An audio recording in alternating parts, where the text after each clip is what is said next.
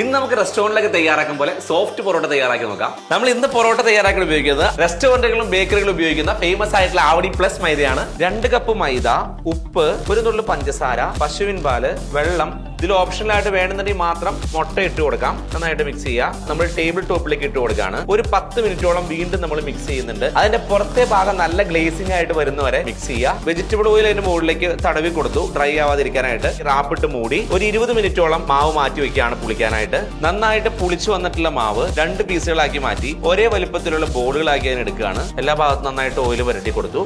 നമ്മൾ ആദ്യം പിടിച്ചു വെച്ച ബോൾ ആദ്യം എടുക്കുകയാണ്. സൈഡ് എല്ലാം നല്ല നൈസായിട്ട് പരത്തി. നല്ല സോഫ്റ്റ് ആണ്. നമുക്ക് പരത്തുമ്പോൾ തന്നെ മൈദയുടെ ക്വാളിറ്റി അറിയാൻ പറ്റും. ഇടത്തെ കൈയിലേക്ക് ഫസ്റ്റ് ലെയർ എടുത്തിട്ടു, അടുത്ത ലെയർ മുകളിലേക്ക് കവർ ചെയ്ത് വന്നു. അങ്ങനെ ഓരോരോ സ്റ്റെപ്പായിട്ട് നമ്മൾ റൗണ്ട് ചെയ്തിട്ടാണ് വീശി എടുക്കുന്നത്. അതിലേക്ക് അല്പം മൈദപ്പൊടി ഇട്ട് കൊടുക്കുന്നുണ്ട്, അല്പം കൂടി വെജിറ്റബിൾ ഓയിൽ ഒഴിച്ചു കൊടുക്കുന്നുണ്ട്. ഒരേ വലുപ്പത്തിലുള്ള 2 പീസായിട്ട് കട്ട് ചെയ്തു. ലെയർ കിട്ടാനായിട്ട് ഒരു വിരലിലേക്ക് നമ്മൾ റൗണ്ട് ചെയ്തെടുക്കുകയാണ്, ചുറ്റി എടുക്കുകയാണ് നന്നായിട്ട്. ആദ്യം ചുറ്റി വെച്ച പൊറോട്ട നമ്മൾ എടുത്തു വെച്ചു, നന്നായിട്ട് പരത്തിയെടുത്തു. അല്പം ഓയിൽ ഒഴിച്ചു കൊടുത്ത് ഓരോരോ പൊറോട്ടകളായിട്ട് ഇട്ട് കൊടുത്ത് ബ്രൗൺ കളർ ആകുമ്പോൾ ചുട്ട് മാറ്റാണ്. പൊറോട്ട എപ്പോഴും ഒന്നിച്ചു വെച്ച് അടിച്ചെടുക്കുക, അപ്പൊ നല്ല ലെയർ ആയിട്ട് കിട്ടും.